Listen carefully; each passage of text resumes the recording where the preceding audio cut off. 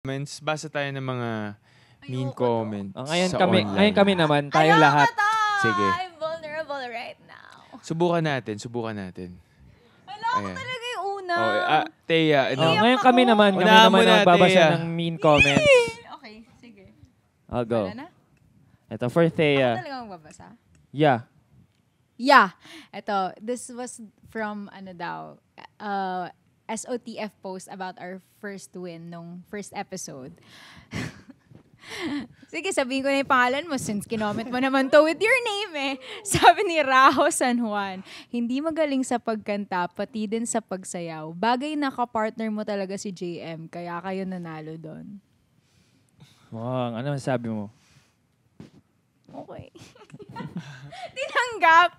I mean, you won. Ako, Take the dub, bro. first rehearsal namin ni Naiiyak ako, bakit ganun? May mens ako eh. Tissue. First rehearsal namin ni JM, I arrived like 2 hours earlier than him. Than our assigned call time so that I can rehearse na mas maaga sa kanya because I wanted to make sure na ma-perfect ko yung sayaw bago pa man dumating yung kapartner ko. Kasi nga, alam ko na mas magaling talaga. Sobrang layo ng skill level namin. So, bilang partner, bilang kaduo niya, I took it upon myself as a responsibility na kailangan kong lagyan ng effort to kasi ayokong ma-let down yung choreographer namin, yung partner ko. Kaya, aside from that, I took private classes. Like, I paid para magpa-private class, para matutukan ko yung sayaw na yan. Kaya, Raho, I respect your opinion, but I reject your, your comment. I reject your comment. Oh, yeah. Kaya nga eh. Ikaw din, Raho. Saan ka ba magaling? Sa pag-comment. Gets ko naman na, yung bosses ko is not everyone's cup of tea. May hindi talaga magagalingan. And, I mean, I guess You just can't please okay. everyone. Oh, yeah, bro. And that's life. Wag mo na lang akong panoorin kung ayaw mo naman. Honestly, di ba? Diba? Okay lang naman.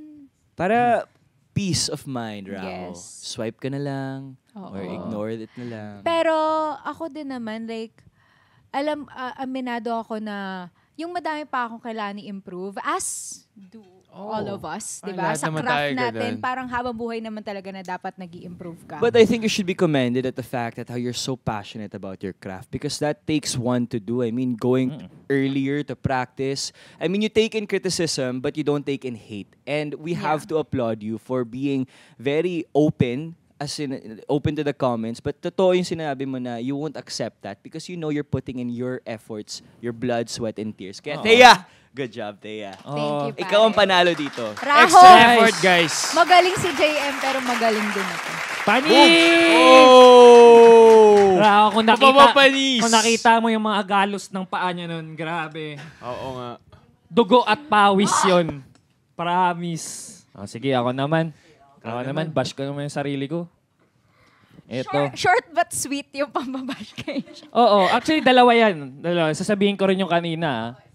Sean Lucas, ito, reply sa ex sa post nung kumakanta ako ng OST ng Binibining Marikit. Maraming salamat para sa opportunity na yun as a non-singer. Maraming salamat na binigyan niyo ang opportunity for the OST.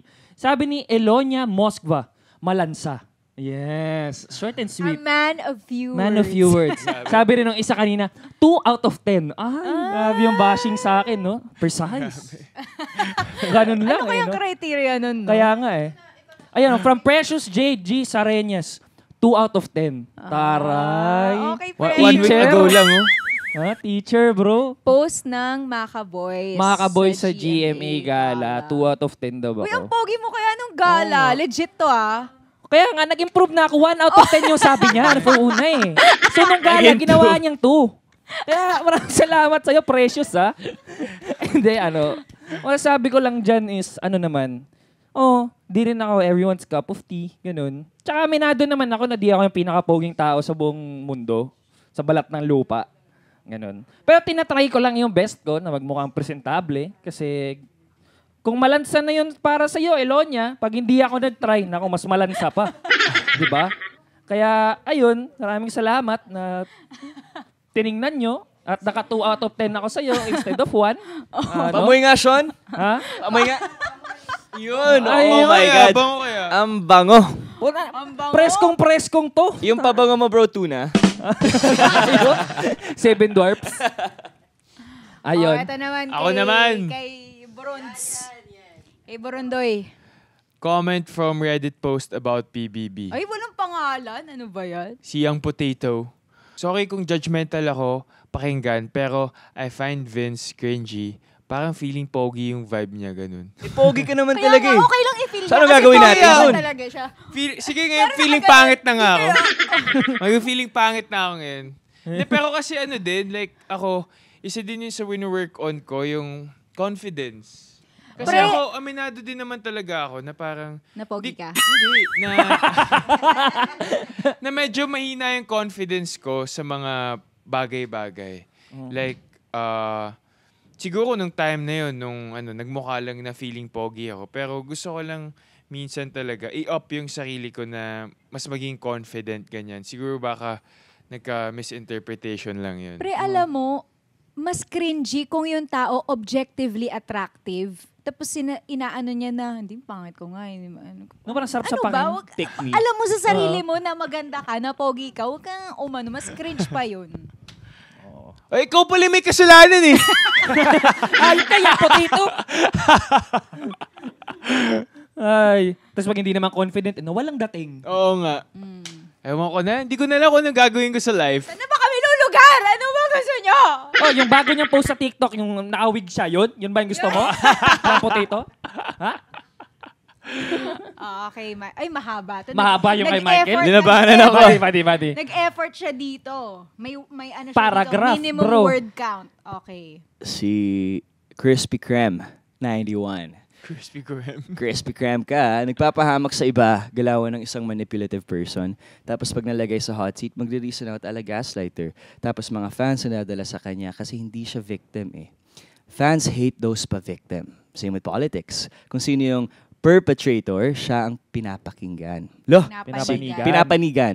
Lah, sige, i-push nyo yan, PBB, kung yan ang gusto nyo ipa-Big Four. Well, Crispy, I didn't make Big Four, so sana happy ka na. Wait, anong context nito? Like, what was this? Do you have an idea? Since it's 4 months ago, let's say it was one of the earlier weeks. Thoughts on Michael Sager. Okay, in general. general. Nagpapahamak sa pagkatao iba. mo to, pre. Oo. I guess napahamak ko yung mga duos ko and doon ako gusto mag-apologize. I actually said it in the house that it was to Ralph, to River, to Emilio. I always tell them before nominations, dude, I'm sorry, but I feel like we're gonna get nominated again and it's because of me. I'm sorry. And I never wanted that to happen. That's why the duo concept always was difficult for me because as much as I know na I've been giving it my best, I've been trying to show authenticity, wala, it's a game eh, and we have to nominate each other. And if ako yung mapili, ganun talaga, so be it.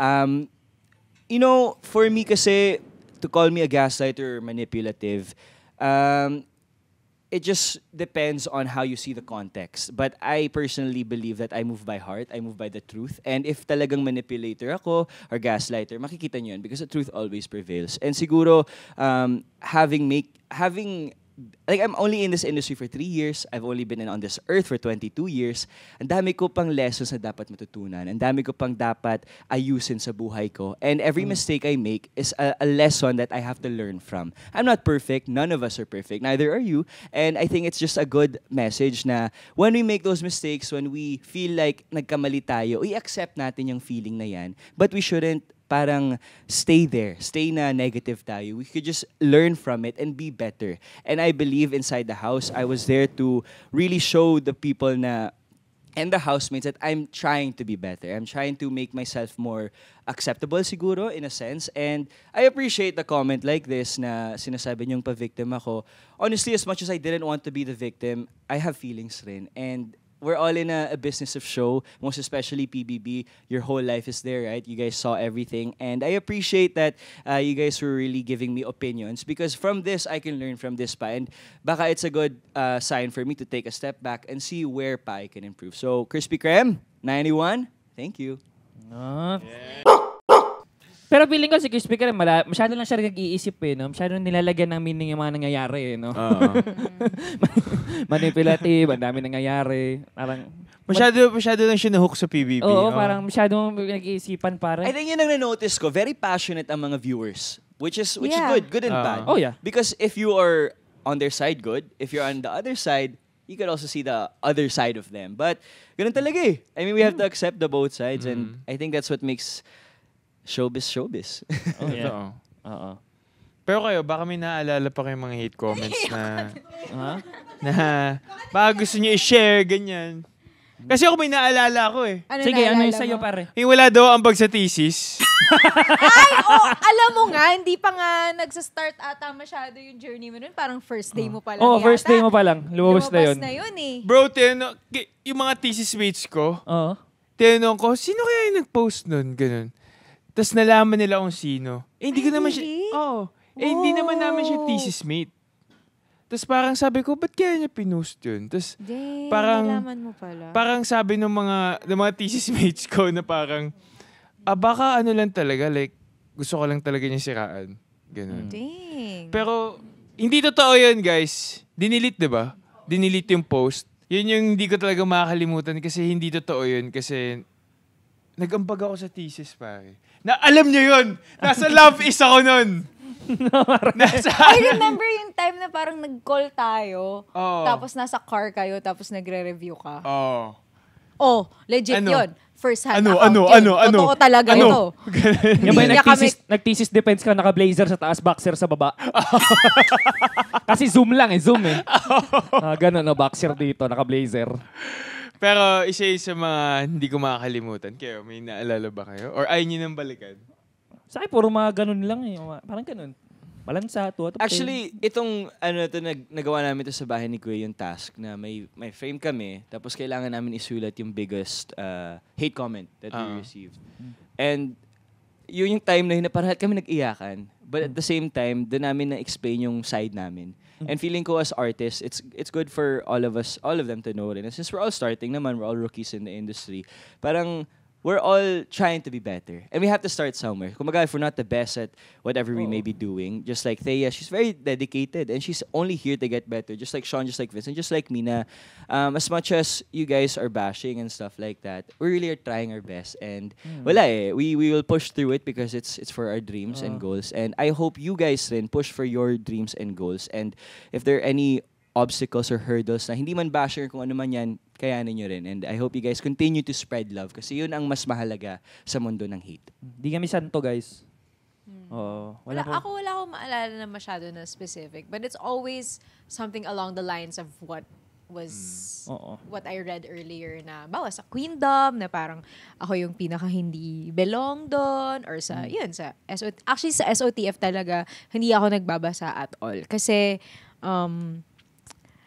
yung parang sobra kasi yung effort na binibigay ko dun sa show. Like, as in mind, body, and soul talaga. As in, sugat-sugat yung legs. Tapos, wala na akong time for anything else. Like, hindi ako nakakalabas or ano. Kasi talagang pag-rehearsal na drained talaga yung katawan ko. Kasi nakakapagod talaga siya, guys, yung ginagawa namin. So, parang, kung makakakita ako ng mga criticism na hindi constructive, na purely Hate out lang of talaga. hate, parang hindi ko siya kayang tanggapin right now. Kasi nga, yung hirap na ako na palakasin yung loob ko eh. Tapos pag makakabasa ka pa ng ganun, parang... But anyway, I think, ang masasabi ko lang is that, yun, katulad din ng mga sinabi nyo na alam ko naman na, halimbawa sa Queendom, na hindi ako yung pinaka mataas yung range, may mga bagay, may mga aspects sa pagpa-perform, pagkanta, pagsayaw na mas magaling yung iba sa akin, na mas kailangan ko pa i-improve yung sarili ko. But all I can say is that I'm trying my best. And that's all I can do. Hindi. Sa akin naman, puro along those lines din. Puro lahat na nakikita akong bashing, puro very physical. Puro like sa mukha, sa katawan, ganun. And wala eh. Di ko siya may improve eh. Ito na talaga siya eh. Yung physical bashing kasi feeling ko rin, I get bashed in physical aspects. Oo. I'm just thankful for what God gave me. Kumbaga, ito yung binigay sa akin ng Diyos. And ganito lang talaga tsura natin. I mean, what can we do? I mean, as much as we want to enhance and stuff like that, you guys can bash all you want. It might not be the looks you desire, but at the same time, parang sorry, ito lang ako. But, yun na, parang hindi ko talaga gets yung physical bashing. Alam mo, hindi ko din gets. Kasi ako, may mga nakikita din naman ako na tao in real life na nasa isip ko na, hindi ako masyado napupugian dyan or hindi ako masyado nagagandahan dyan. Pero hindi ako nakakakuha ng urge na Sabihin. They hate on them, yeah. like, hindi ko alam kung ano yung naiaambag nun sa life din ninyo sa pagpo-post ninyo ng ganun. Kasi yun, hindi yun constructive at all. As in talagang, It's hate, bro. hate lang talaga yun. Pero ayun, wala eh. Ito yung itsura natin eh. 'Di ba? Pag ganun, ito na yun. Ito yung itsurang minahal ng nanay natin at tatay natin eh. Yeah. Yes. And kasi pag sinabing artista, hindi naman yan necessarily mannequin tayo, perfect figure, Yeah. di ba? Totoo. We're human at the end of the day. Trying our best Yes. to look Exactly. our best, guys. Just like you, we're the same. Tao lang. Kaya rin namin tinatry to look our best kasi alam namin pag hindi kami nag-look our best, ganyan yung mga kuha namin mga komento sa inyo. Yeah. Oo. Kaya ayun, we're just trying. Like, honestly, the public loves to call parang yung mga nasa ganitong industry fake. But the moment you show any signs of being human or being normal or making a mistake or having a flaw, they jump at it. Parang, yun na, nakahanap na kami ng pwede naming punahin sa'yo. Parang, Wala ako sa Hirap. mga ganyan. Pasok sa kanan, labas sa kaliwa eh. Pero the bad Paano comes pag with the pumasok good. sa kaliwa, lalabas sa kanan naman. sa Oo. ilong Vice versa, side by side. Pero di naman sa sinasabi namin na puro ganun. Siyempre, the bad comes with the good as well. Ang dami rin naman Yes. namin love na nakukuha. Ang dami rin namin puri na nakikita sa mga comments. Pero ayun lang, we were just commenting on all the negative comments na nakikita namin.